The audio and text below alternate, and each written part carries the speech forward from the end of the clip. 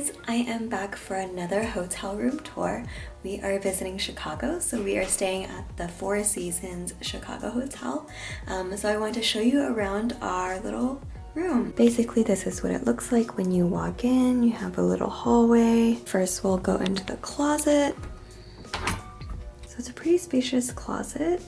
I love how they have like 2 luggage stands, and they even have slippers, which you know are my favorite thing to get at hotels. A lot of coat hangers, and even an umbrella in case you forgot yours. And then also iron and ironing board, of course. Then to the left we have the bathroom. It's nice because there's a full-length mirror on the door. There's also a full-length mirror on the right side of this bathroom, which is super nice. So you have a lot of places to just make sure that you're looking good before you walk out. A lot of mirrors going on. There's like this big one here, then mirrors on the sides, as well as the magnifying mirror. It's very bright in here. They've got the regular amenities. They have the hairdryer, scale. If you forgot, you have Q-tips and cotton rounds and makeup remover wipes. And then to the left side, you have the regular bathroom area.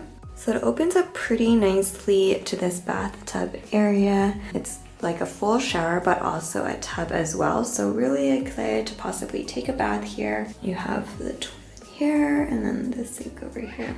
You also get these nice robes, which are really awesome, and I love that. So that's a nice plus. Then moving on to the rest of the room, we have the TV and a little coffee station. It's nice because it's an espresso coffee machine, so that's really cool. And then also like extra goodies here if you need it.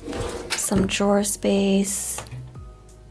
And then a DVD and CD player if you still use those. Just like a tray table that comes out. I also have the desk area here. And then this is what the rest of the bedroom looks like.